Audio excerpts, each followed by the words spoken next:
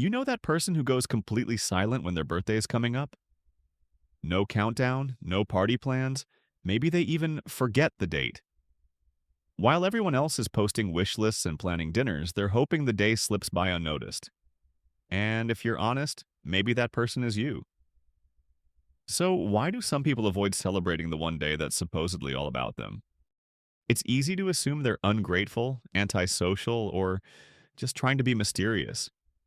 We're used to seeing birthdays as joyful milestones: cake, candles, attention, celebration. If someone doesn't want that, it must mean something is wrong, right? Not necessarily. For many people, skipping birthday celebrations isn't about negativity or drama. It's often about deeper emotional patterns, personality traits, and how they process attention, aging, and self-worth.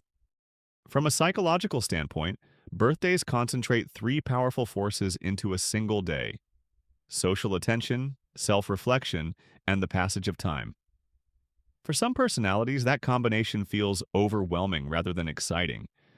Research on introversion, popularized by psychologists like Carl Jung, shows that high levels of social stimulation can drain energy instead of replenishing it. A birthday often means being the center of attention: messages, calls, public posts, surprise gatherings. For someone sensitive to social pressure, this spotlight effect can trigger anxiety rather than joy. There's also the issue of self-evaluation. Birthdays act as psychological temporal landmarks, a concept studied by behavioral scientists like Katie Milkman. These landmarks prompt reflection. What have I achieved? Am I where I thought I'd be? For individuals prone to perfectionism or self-criticism, that reflection can amplify perceived shortcomings. Instead of celebration, the day becomes a performance review. Neuroscience adds another layer. Anticipatory anxiety, worrying about how an event will unfold, activates the amygdala, the brain's threat detection system. If past birthdays involved disappointment, family conflict, or unmet expectations, the brain learns to associate the date with stress. Avoidance then becomes a protective strategy. Finally, there's the concept of self-discrepancy, introduced by psychologist E. Torrey Higgins. When there's a gap between who we are and who we think we should be, emotionally charged milestones intensify that gap. A birthday highlights that contrast. For some, ignoring the day feels easier than confronting it. So what looks like indifference may actually be emotional self-regulation. Studies on the birthday blues suggest that mood dips around birthdays are more common than people admit. Research published in journals like Psychosomatic Medicine has linked personal anniversaries with heightened stress responses, especially in individuals with unresolved emotional experiences tied to those dates. There's also demographic data showing spikes in self-reflection behaviors, goal setting, journaling, even impulsive life changes around birthdays. Behavioral economists have observed what's called the fresh start effect, where time markers motivate reassessment. While this can inspire growth, it can also intensify dissatisfaction. Culturally, the pressure has grown with social media. Platforms amplify comparison.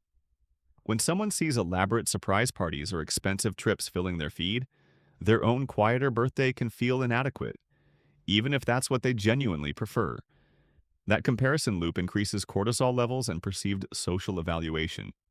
Historically, birthdays weren't always grand personal celebrations. In many cultures, they were modest or even ignored. The modern expectation of highly personalized celebration is relatively recent, shaped by consumer culture and public sharing norms. So, discomfort with birthday hype isn't abnormal. It may simply clash with contemporary expectations. Picture someone waking up on their birthday and immediately checking their phone, not with excitement but with tension. Notifications pile up. They appreciate the kindness, but each message feels like a tiny obligation. Respond quickly, sound grateful, match the energy. Later, friends ask about plans. What are you doing tonight? The question carries an invisible standard. If the answer is nothing, it sounds sad. If they plan something small, it feels like it won't measure up. Internally, there's a quiet inventory running. Another year older. Did I move forward enough? Should I be further by now?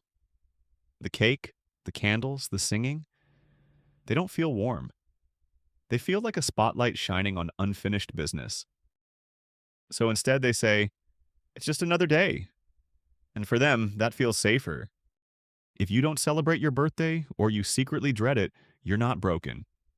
You might simply be more introspective, sensitive to social pressure, or cautious about expectations. Avoiding celebration can be your way of protecting your emotional balance, and that's valid. What matters isn't whether you throw a party, it's whether the day feels authentic to you. Some people need candles and crowds. Others need calm and control. There's no psychological rule that says joy must be loud. Sometimes the healthiest choice is honoring yourself quietly on your own terms. If this resonated, you're not alone, and there's more behind everyday behaviors than we realize. Subscribe for more deep dives into the psychology of things people rarely talk about.